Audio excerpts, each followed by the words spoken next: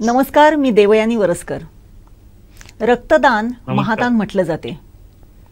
रक्ताचं नातं जोडणारी जी माणसं असतात ती खरंच या समाजामध्ये त्यांना एक विशेष असं महत्त्व आहे आणि विशेष असा नावलौकिक देखील आहे. आपण बघतो नेहमी रुग्णालयाच्या आसपास किंवा एखादा घरातला माणूस जेव्हा रुग्णालयामध्ये ॲडमिट असतो त्यावेळेस त्याला जर रक्ताची गरज असेल तर त्या घरातले नातेवाईक किंवा त्यांचं मित्रमंडळी हे रक्ताचं कार्ड शोधण्यासाठी इथे तिथे धावपळ करत असतात. आणि अशा वेळेस रक्ताची गरज किंवा रक्तदाता हा त्यांच्यासाठी देवदूतासारखा असतो. असंच रक्ताचं नातं तब्बल 236 वेळा जोडणारा एक व्यक्ती आज आपल्यासोबत आहे. या व्यक्तीने 236 लोकांना जीवदान दिलेलं आहे आपलं रक्तदान करून. आणि रक्ताचं नातं एक वेगळं असं रक्ताचं नातं या सर्व लोकांशी जोडलेलं आहे. आणि अशाच व्यक्तीची आपण आज थेट बोलणार आहोत. ते आहेत विश्वेश लेले. लेले साहेब, तुमचं खूप खूप स्वागत आहे कोकणसार लाईव्हमध्ये.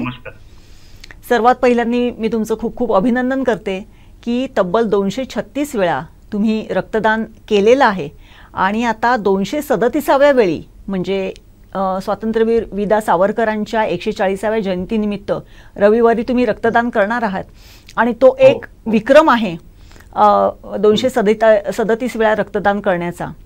तर त्यासाठी मी तुम्हाला शुभेच्छाही देते आणि तुम्हाला तुमचं खूप खूप अभिनंदन देखील करते. धन्यवाद धन्यवाद. लेले साहेब, रक्तदान हे तर महत्त्वाचं आहेच, परंतु आज रक्तदात्यांची थोडीशी कधीतरी आपल्याला वानवा देखील भासते. जेव्हा काहीतरी मोठा ॲक्सिडेंट होतो त्यावेळेस रक्ताची गरज असते, अशा वेळेस खूप धावपळ केली जाते. परंतु एकूणच तुम्ही हा जो काही रक्तदानाचा संकल्प सोडलेला आहे किंवा रक्तदान इतक्या 236 वेळा केलेला आहे, ही सुरुवात किंवा आपण रक्तदान करावं हे केव्हापासून सुरू झालं आणि ती सुरुवात कशी होती?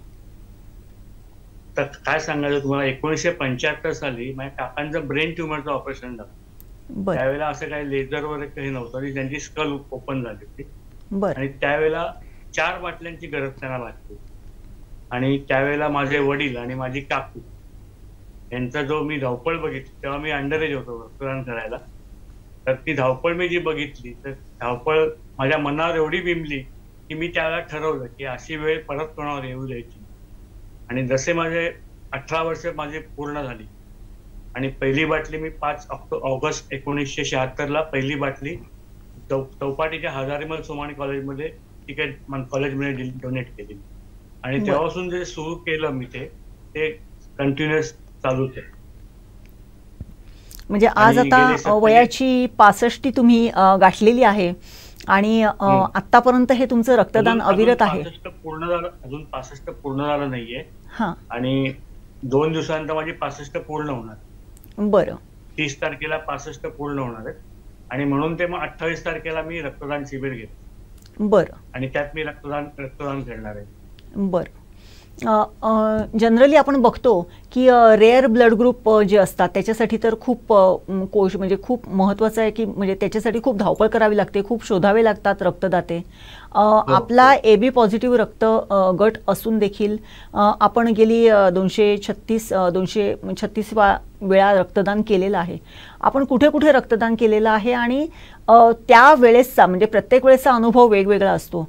असा एखादा प्रसंग की ज्याच्यामध्ये तुम्हाला खरंच असं वाटलं की नाही, आपण जे रक्तदान केलेलं आहे ते सफल झालेलं आहे किंवा एखाद्याचा खरंच जीव वाचलेला आहे, असा एखादा प्रसंग सांगू शकाल का? आता सांगायचं म्हणजे मी जनरली सगळे कॅम्प मध्ये करत नाही. मी त्या रक्तपेढीत जाऊन रक्तदान करतो. अगदी 1-2 बाटल्या माझ्या कॅम्प मध्ये असतील. आणि मी एक ठरवलं की प्रायव्हेट रक्तपेढीमध्ये रक्तदान करायचं नाही, कारण ते लोक रक्ताचा दुरुपयोग करतात, रक्त विकतात ते लोक. त्यामुळे मी federation of Bombay blood donors association जे रक्तदान त्यांच्या पेढ्या आहेत, रक्तपेढ्या, त्यात मी रक्तदान करतो. आणि उल्लेखनीय तुम्हाला सांगायचं म्हणजे मी तेव्हा फार लहान होतो आणि आदल्या दिवशी माझ्याकडे काही लोक आले आणि दुसऱ्या दिवशी चतुर्थी होती, माझा उपास होता आणि एका लहान मुलीला रक्त पाहिजे होतं. धनावटी हॉस्पिटल पाटलेलं जे आहे तिथे ऑपरेशन होतं. ते बोलले तुमचं उद्या तुम्ही या, पण म्हटलं माझा उपास आहे उद्या. ठीक आहे, तुम्हाला काय हरकत नाही. तर त्यांनी मला काय नॉमिनल उपासाचं काय ते दिलं आणि मी त्या दिवशी रक्तदान केलं आणि ती मुलगी त्यावेळेला वाचली, पण नंतर तिच्या काय प्रॉब्लेममुळे ती नंतर निवड झाली. म्हणजे मला ते दुःख झालं की ती वाचू शकली नाही. पण तो एक उल्लेखनीय मी तुम्हाला आता लगेच सांगू शकेन. असे बरेच अनुभव आहेत. पण आणि दुसरं सांगायचं म्हणजे स्वतःच हे सांगायचं नाही, पण या रक्तदानाच्या ह्याच्यामुळे एवढं लोकांचं मी पुण्य घेतलंय आणि एवढे लोकांचे आशीर्वाद घेतलेत. मी चालत्या ट्रेन मधनं पडलेला माणूस आहे. तुम्हाला खोटं वाटेल, मी 2 हात 2 पायाने आता आहे धडकत. 3 नोव्हेंबर 1989 त्या दिवशी मुंबईला दहिसर आणि बोरिवलीच्या मध्ये मी चालत्या ट्रेन मधनं पडलेला माणूस आहे. आणि म्हणजे आपण म्हणतो जगात देव आहे नाही हा नंतरचा प्रश्न आहे, पण त्या दिवशी मी अनुभवलं की जगात देव आहे आणि देव माणसं सुद्धा आहे. आणि तो माणूस जो मला वाचवला, त्यानंतर माझ्या मिसेसला आणि माझ्या मेहुण्याला त्यांनी मग तो भेटला होता. त्यांनी माझ्या मिसेसच्या ताब्यात दिलं. पण आजपर्यंत त्यांनी कधी असं दाखवलं नाही की मी तुमच्या माणसाला वाचवलंय आणि माझ्यावर तुमच्यावर उपकार केलेत वगैरे. आणि तो नंतर कधीच भेटला नाही. आज एवढी 33 वर्ष झाली, तो कधीच भेटला नाही आम्हाला. त्यावेळेला असं मला समजलं की मी देव माणूस खरंच आहे जगात. आणि मी जे काम करतो ते कुठेतरी रुजू होत आहे आणि कुठेतरी जी नोंद होते याची मला त्याची त्यावेळेला जाणीव होती. आता 33 वर्षापूर्वी मी जर का काय माझं झालं असतं बरं वाईट, तर एवढं पुढचं झालं नसतं माझं कार्य. बरोबर आहे. लेले साहेब, तुम्ही म्हणताय ते बरोबर आहे. देव आहे नाही ही पुढची गोष्ट झाली, परंतु तुम्ही जे सत्कार्य करताय त्याचं निश्चितच तुम्हाला तो त्या ह्याच्यातून त्या प्रसंगातून तुम्हाला तारून नेलं. कोणीतरी आला आणि तुम्हाला वाचवलं, हे निश्चितच चांगली गोष्ट आहे. आणि म्हणूनच तुम्ही याच्या पुढे एवढ्यापर्यंत तुम्ही रक्तदान करू शकलात. एकूणच आपण बघतो की रक्तदान ही चळवळीला आता खूप तसा वेग आलेला आहे. ॲक्टिव्हिस्ट ह्याच्यातले भरपूर झालेले आहेत. रक्तदानाची शिबिरं भरपूर ठिकाणी वेगवेगळ्या निमित्ताने भरवली जातात.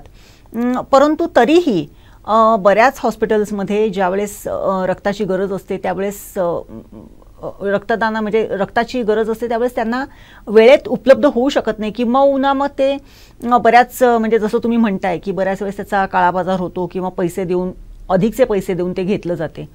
तर या एकूणच चळवळीविषयी किंवा आपण आता इतक्या वेळेस रक्तदान केलेलं आहे त्या संदर्भात तुम्ही काय सांगाल?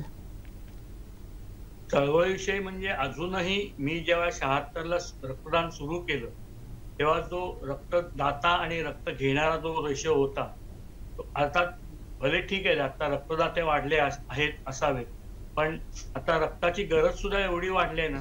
आता पूर्वी आपल्या वेळेला माहिती आहे, आपण ओपन हार्ट किंवा बायपास वगैरे असं कधी आपल्याला माहित नाही. आता त्यामुळे रक्ताची गरज आता एका ऑपरेशनला 7-8 बाटल्यांची गरज असते. त्यामुळे रक्त घेणारे सुद्धा चिकार वाढलेत आणि आजार सुद्धा एवढे वाढलेत ना, त्यामुळे तो रेशो अजून तसाच आहे. आणि अजून तरुण मुलं पाहिजे तेवढी पुढे येत नाही, बरोबर, घाबरतात.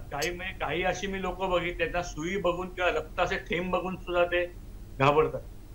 तर ती एक त्यांच्यातली न्यूनगंडता दूर व्हावी अशी माझी इच्छा आहे.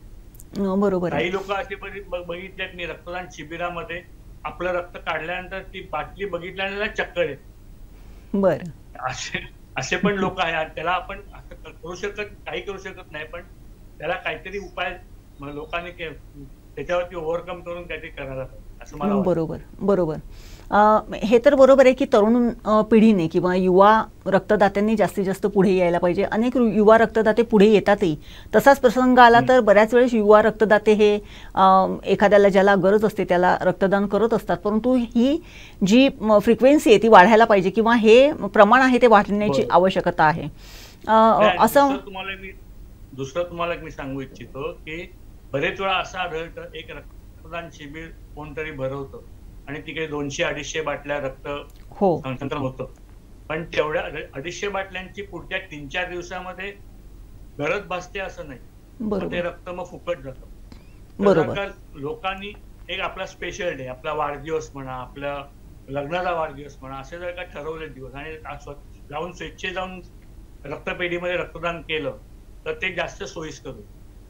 हल्ली तर थॅलेसेमिया नावाचा एक रोग असा झालाय ना की त्या माणसाला दर 3 महिन्यांनी त्यांचा रक्त बदलावा लागतो. बरोबर. मग अशा वेळेला मग एक रेग्युलर जर का डोनर जर का असेल, रक्तदाता असेल तर ते बरं पडेल. मग ते रक्तपेढी त्यांना कॉन्टॅक्ट करू शकतो. बरोबर बरोबर. थॅलेसेमियाचा प्रश्न फार बिकट आहे आपल्याकडे. थॅलेसेमिया बरोबर सोसायटी बरोबर. सुद्धा आपल्याकडे आहे आणि त्या हो. मुलांना किंवा म्हणजे जी लहान मुलं आहेत ती जसजशी मोठी होतात तसतसं त्यांचा हा प्रॉब्लेम. 8-8 दिवसाला त्यांना रक्ताची हो गरज भासते. हो. त्यामुळे त्या दृष्टीने जर आपण बघितलं तर निश्चितच रक्तदात्यांनी असं म्हणजे बरोबर. केवळ एका शिबिरामध्ये एकदम 200 300 250 बाटल्या रक्त हा. किंवा रक्तपिशव्या गोळा न करता अशा बरोबर. मुलांना जर म्हणजे असं जर एक ठरवून जर केलं तर रेग्युलर त्यांच्या रेग्युलर आयुष्याला एखादा त्याचा दिवस उपयोग हे होऊ करून शकतो. उपयोग होऊ बरोबर आहे. शकतो. आता जसं म्हणालात की तुम्ही जवळजवळ 236व्या वेळा रक्तदान केलेलं आहे. असाच एक हो. न्यूनगंड लोकांमध्ये आहे किंवा एक भीती आहे, जसं आपण म्हणालात की आपलं स्वतःचं रक्त बघून चक्कर आलेली माणसं सुद्धा बघितलेली आहेत. परंतु ही हं. सुद्धा एक अशी एक वदंत आहे की जर रक्तदान केलं तर आपल्याला फार अशक्तपणा येतो किंवा आपण जर रक्तदान केलं तर आपण तेवढ्याच ताकदीने पुन्हा दुसऱ्या तिसऱ्या दिवशी आपण उभं राहू शकत नाही किंवा आपला नाही स्वतःचा नाही ब्लड लॉस होऊ शकतो का? काय सांगणं आहे? नाही कारण तुम्ही नाही 236 वेळा रक्तदान केलेलं आहे. 48 तासामध्ये आपलं रक्त भरून निघतं. ते देवाची देणगीच आहे की आपण रक्त दिलेलं 48 तासामध्ये आपलं भरून निघतं. आणि इनफॅक्ट मी तर म्हणेन नवीन रक्त तयार होतं. त्यामुळे व्याधी आपल्याला काय सहसा होत नाही. म्हणजे माझे स्वतःच्या बद्दल सांगायचं तर मी कित्येक दिवसामध्ये कित्येक वर्षामध्ये डॉक्टरची पायरी चढलो नाही. कारण दर 3 महिन्याला माझं नवीन रक्त तयार होतं. म्हणजे बरोबर लोकांना एक असं वाटतं की माझे एक युनिट काढलं की माझं रक्त कमी होईल, पण ती चुकीची समजूत आहे. आणि बरोबर चांगलं आहार आणि बाकीच्या सवयी चांगल्या ठेवल्या तर तुमची तब्येत एकदम चांगली राहू शकते. असा माझा स्वतःचा स्वानुभव मी सांगतो. बरोबर. आता याबरोबरच म्हणजे आपण तर रक्तदान करतच आहात, परंतु आपण इतरांना उद्युक्त केलेलं आहे का की बाबा तुम्हीही देखील करा? कारण आता तुम्ही एवढ्या फ्रिक्वेंटली रक्तदान केलेलं आहे, तुम्हाला माहीत झालेलं आहे की आपल्या रक्ताने एखाद्याचा जीव वाचणार आहे. मग आणखीन इतरांना म्हणजे तुमच्या आजूबाजूची म्हणा किंवा तुमच्या सोसायटीतले म्हणा किंवा तुमचं फ्रेंड सर्कल म्हणा, याच्यातला उद्युक्त एखादा तरी तुमच्या बरोबर तयार झालेला आहे का? उद्युक्त म्हणाल तर माझी बायको, ते सुद्धा बरं. 28 वेळा रक्तदान झालंय. अरे वा, माझी धाकटी मुलगी तिथे सुद्धा 9 वेळा झालाय. ती 10वा आता करणार आहे. क्या बात आहे. माझी मोठी मुलगी आहे तिथे सुद्धा 7-8 वेळा झालाय. म्हणजे जावई सुद्धा रक्तदान करतात, त्यांचं सुद्धा 11-12 वेळा झालंय. आमची फॅमिलीच पूर्ण रक्तदाता म्हणून रक्तदान फॅमिली, रक्तदाता फॅमिली. बरोबर बरोबर. आणि त्याशिवाय सुद्धा असे बरेच लोक आहेत की माझ्याकडनं प्रेरणा घेऊन त्यांनी रक्तदान सुरू केलं. असे बरोबर. माझ्या माहिती सुद्धा बरेच लोक आहेत की ते रक्तदान करतात माझ्या प्रेरणा घेऊन. एक विक्रम आपल्या नावावरती नोंदवला जाणार आहे रविवारी. विदा सावरकरांची 140वी जन्मतिथी आहे आणि त्यानिमित्ताने आपण रक्तदान शिबिर आयोजित केलेलं आहे आणि 237व्या वेळी आपण रक्तदान करणार आहात. एकूणच स्वातंत्र्यवीर विदा सावरकर यांच्याबाबत तर म्हणजे त्यांचं जीवनचरित्र जर आपण बघितलं तर अंगावरती काटा उभा राहतो. आणि अशा थोर व्यक्तीच्या जयंतीदिनी, जन्मतिथी दिनी आपण रक्तदान करत आहात. कसं वाटतंय आपल्याला? कारण ते स्वातंत्र्यवीर आणि आपण रक्तदाता वीर असं म्हटलं तर वावगं ठरणार नाही. कसं वाटतंय आपल्याला? नाही, स्वातंत्र्यवीर सावरकरांची तर तुलना कुठे जाऊ शकत नाही. पण एक मनात चांगली भावना आहे की त्यांच्या 140व्या जन्मदिनी तरी आपण रक्तदान करतोय आणि रक्तदान शिबिर बनवतो. भले मला ते शेवटचं रक्तदान असेल, पण एक मनामध्ये चांगलं वाटतंय की त्यांच्या जन्मदिनी तरी आपण रक्तदान शिबिर आयोजित करतोय. बरोबर. माझी अशी इच्छा आहे की बऱ्याच लोकांनी म्हणजे त्या दिवशी बरीच शिबिरं आहेत रक्तदान, स्वातंत्र्यवीरांच्या जन्मदिनानिमित्त बरीच शिबिरं आहेत, पण त्या दिवशी माझ्या शिबिरात येऊन बऱ्याच लोकांनी रक्तदान करावं अशी माझी स्वतःची इच्छा आहे. बरोबर. नाही, नक्कीच करतील. म्हणजे आपल्याकडे बघून तर निश्चितच लोक येतील आणि तुमची प्रेरणा घेऊन हा जो काही तुमचा संकल्प आहे तो पुढे देखील तसाच अव्याहतपणे चालू राहील. आता 265 वेळा 237व्या वेळी तुम्ही जे हे रक्तदान करत आहात, एक ओकेजन तर आहेच, परंतु एक विक्रम सुद्धा तुमच्या नावापाठी कदाचित लागण्याची शक्यता आहे. आतापर्यंत किती वेळा रक्तदान जास्तीत जास्त केलेल्याची नोंद केली गेलेली आहे किंवा नोंद झाली आहे? काय सांगाल त्या संदर्भात? माझ्या माहितीप्रमाणे 231चा जुना रेकॉर्ड होता आणि तो ऑस्ट्रेलियन माणूस आहे, त्याच्या नावावरती तो रेकॉर्ड आहे. मी अजून ते गिनीज आणि वर्ल्ड रेकॉर्डसाठी प्रोसेस केलं नाहीये, पण माझ्या मते मी आता हायेस्ट आहे जगामध्ये. बरं, म्हणजे तुम्ही इंडिया बुक ऑफ रेकॉर्ड्सने तर मला रेकॉग्निशन दिलंच आहे की भारतामध्ये मी हायएस्ट आहे. बरं. लिम्का बुकने सुद्धा 1992 सालीच मला रेकॉग्निशन दिलंय की तुम्ही हायएस्ट आहात म्हणून. पण वर्ल्ड साठी जर का बघाल तर अजून मी केलं नाहीये. ते बघूया यथावश मी करीन नंतर. बरोबर. म्हणजे आता 237वा हा जो काही वर्ल्ड रेकॉर्ड तुम्ही करताय त्याच्यासाठी तुम्हाला पुन्हा एकदा शुभेच्छा आहेतच. आता मगाशी आपण जसं म्हणालात की तुम्हाला तुमच्या संपूर्ण कुटुंबाचं म्हणजे तुमच्या पत्नीचंच नाही तर मुली आणि जावई हे देखील तुम्हाला ह्या सगळ्या गोष्टींसाठी सहकार्य करतात. परवा जेव्हा तुम्ही 28 मेला जेव्हा तुम्ही रक्तदान करणार आहात तेव्हा तुमची म्हणजे वयाची 65 पूर्ण होते आणि 65 वर्षापर्यंत रक्तदान करावा असा एक रिवाज आहे किंवा मेडिकली आपण सक्षम आहे असं म्हटलं जातं आणि 265 वयापर्यंत आपण रक्तदान करू शकतो. परंतु हा वारसा पुढे चालू ठेवण्यासाठी तुम्ही म्हणजे लोकांना उद्युक्त तर करत आहातच, तुमच्या फॅमिलीमधून देखील तुम्हाला तसाच सपोर्ट मिळतो आहे. एकूणच मुलींची याबाबतची भावना काय असते की बाबा बाबांनी रक्तदान केलं इतक्या वेळेस, एक वर्ल्ड रेकॉर्ड त्यांच्या नावावरती कदाचित नोंदवला जाण्याची शक्यता आहे. त्यांच्या भावना काय आहेत आणि त्यांचं म्हणणं काय आहे तुमच्याप्रती? नाही, त्यांच्या भावना तर नक्कीच पॉझिटिव्ह आहेत. इनफॅक्ट माझी धाकटी मुलगी जेव्हा तिच्या वयाच्या 18 पूर्ण झाली, जसं मी 18 वर चालू केलं तर तिने सुद्धा चालू केलं. ती आता 20 वर्षाची आहे आणि तिचं सुद्धा 9 वेळा झालं. मोठी मुलगी काही प्रॉब्लेममुळे ती मिठीबाई कॉलेजमध्ये शिकवते, त्यामुळे काही प्रॉब्लेममुळे ती करू शकत नाही प्रत्येक वेळेला, ती पण करते. आणि माझी पत्नी तर 28 वेळा तिला झालं, तिला सुद्धा रक्तकर्ण पुरस्कार मिळाला. जसा मला मिळाला होता 1999 साली, तसं तिला पण हल्लीच मागच्या वर्षी रक्तकर्ण म्हणून पुरस्कार मिळाला. आणि ती खरं सांगायचं तर मी रक्त देतो, ठीक आहे मी रक्त देतो, पण शरीराची जी चांगली राहण्याची आहे तीच ती सांभाळते. चांगलं जेवण देणं, म्हणजे आधी माझी आई द्यायची, आता आई गेल्यानंतर तीच सांभाळते सगळं. माझं आहार व्यवस्थित असावा हे.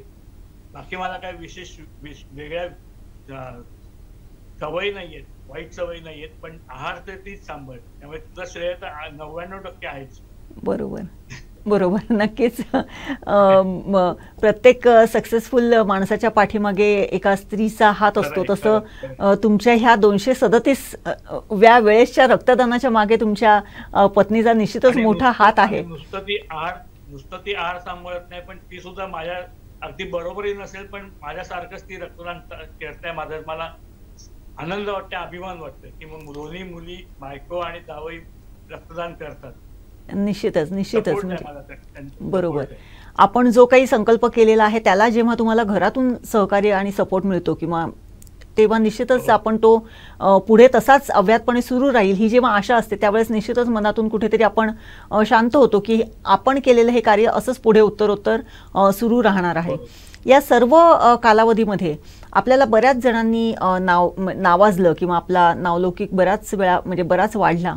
आपल्याला पुरस्कारही बऱ्याच ठिकाणी मिळाले. कोण कोण आपल्याला भेटले, कुठल्या कुठल्या प्रकारचे पुरस्कार आपल्याला मिळालेले आहेत? कोण कोण भेटले म्हणजे सुरुवातीला सांगायचं तर महाराष्ट्राचे राज्यपाल पुन्हा प्रभाकर राव त्यांच्या हस्ते मला सिल्वर मेडल मिळालंय. विलासराव देशमुख त्यांच्या हस्ते माझा महाराष्ट्र शासनातर्फे गौरवण्यात आलाय. गोल्ड मेडल मिळालंय. नंतर शतकवीर म्हणून त्याला सत्कार झाला होता. उत्तर प्रदेशचे राज्यपाल माननीय राम नाईक जी यांच्या हस्ते मला सत्कार झालेला आहे. आनंद दिघे यांच्या हस्ते रक्तकर्ण पुरस्कार मला मिळाला. आता रिसेंटली 2 वर्षापूर्वी एकनाथजी शिंदे माझ्या मिसेसला त्यावेळेला त्यांचा रक्तकर्ण म्हणून पुरस्कार मिळाला, पण त्यावेळेला त्यांनी आवर्जून माझं नाव घेऊन मला स्टेजवरती बोलवलं आणि त्यांच्या हस्ते मला सत्कार झालेला आहे. आणि गोरा खैरनार मुंबई महापालिकेचे त्यांचा सत्कार झालेला आहे. आयुक्त त्यांच्या सत्कार झालेला आहे. शुभा राऊळ मुंबईच्या महापौर, त्यांनी मला महापौर बंगल्यावरती मला बोलवून मुंबईला पुढे आणण्यात जे लोक आहेत, शाहीर साबळे होते किंवा बरेच लोक होते, त्यात माझा सत्कार केलाय. मला एक मानचिन्ह दिलंय. असे बरेच नाव किती घेऊ मला असा प्रश्न पडेल. असे बरेच लोकांनी मला सत्कार केला. बरोबर. आता हा जो काही मागच्या वर्षी 14 जून हा जो रक्तदाता दिवस म्हणून असतो त्या दिवशी महाराष्ट्र शासनातर्फे राजेश टोपे यांनी मला सत्कार केला. त्यांनी मला एक सन्मान पत्र दिलेलं आहे. आरोग्यमंत्री तत्कालीन राजेश टोपे. बरोबर. पण सर्वात पेक्षा मला 3 नोव्हेंबर 1989 साली जो देवाने मला तो सत्कार केलाय आणि मला जीवनदान दिलंय हे मला फार वाटतं. बरोबर. नक्कीच नक्कीच त्याबद्दल म्हणजे खरंच ऋणी असणं आवश्यक आहे, कारण आयुष्यात म्हणजे म्हणजे भय मरण म्हणजे आपल्या एखाद्याचं हे काय आहे की मरण हेच एखाद्याचं भय जास्तीत जास्त असू शकते आणि त्याच्यातून तुम्ही बाहेर आलात, किंबहुना तुम्हाला हे पुढचं कार्य करायचं होतं म्हणून देवाने तुम्हाला वाचवलेलं आहे असं म्हटलं तर वावगं ठरणार नाही. बरोबर. एकूणच आता जेव्हा हे रक्तदानाचा संकल्प तुम्ही तर सोडलेला आहे, तुम्ही 237वं रक्तदान करणार आहात, या सगळ्या पार्श्वभूमीवरती युवा रक्तदात्यांना किंवा रक्तदात्यांना तुम्ही काय संदेश द्याल? संदेश म्हणजे आपलं खाणं पिणं आहार व्यवहार नीट ठेवा. बाकी वाईट सवयी करा नाही करा असं म्हणत नाही, पण कंट्रोल मध्ये करा. आणि जे आपल्याला शरीराला जे घातक आहे ते करू नका शक्यतो. त्यामुळे तुमचं रक्त वाढेल आणि मनातली मुख्य म्हणजे भीती घालून टाका. बरोबर. लेले साहेब, तुम्ही 237व्या वेळेस रक्तदान करताय. जागतिक विक्रम तुमच्या नावापाठी तुमच्या नावावरती नोंदवला जाण्याची शक्यता आहे, जाणार आहे. या सगळ्या पार्श्वभूमीवरती संपूर्ण कोकणसार लाईव्ह परिवाराच्या वतीने मी तुमचं खूप खूप अभिनंदन करते आणि तुम्हाला खूप खूप शुभेच्छा देखील देते. आणि आपल्याकडून यापुढेही जरी आज वयाची 65 झाली म्हणून आपलं रक्तदानाचं जे काही काम आहे ते कदाचित कुठेतरी थांबेल, परंतु असंच रक्तदात्यांना प्रोत्साहन देणं, जास्तीत जास्त रक्तदाते निर्माण करणं आणि रक्तदानाचं हे पवित्र कार्य असंच अखंडित पुढे राहण्यासाठी तुम्ही प्रोत्साहनपर निश्चितच काही काम पुढे कराल. त्याची सुरुवात तुमच्या कुटुंबाने तुमच्या कुटुंबापासून झालेलीच आहे. त्यामुळे हेच कार्य असंच पुढे निरंतर चालू राहील अशी आपण अपेक्षा करूया. आणि पुन्हा एकदा 237व्या रक्तदानाच्या निमित्ताने तुम्हाला खूप खूप शुभेच्छा देते. 237 वेळा हे काही रक्ताचं नातं तुम्ही 237 लोकांशी जोडलं गेलेलं आहे, त्याचं एक पोचपावती म्हणून तुम्हाला एवढं सुंदर सुदृढ आयुष्य परमेश्वराने दिलेलं आहे. एक सुधारणा करू का मॅडम? हा, बोला ना.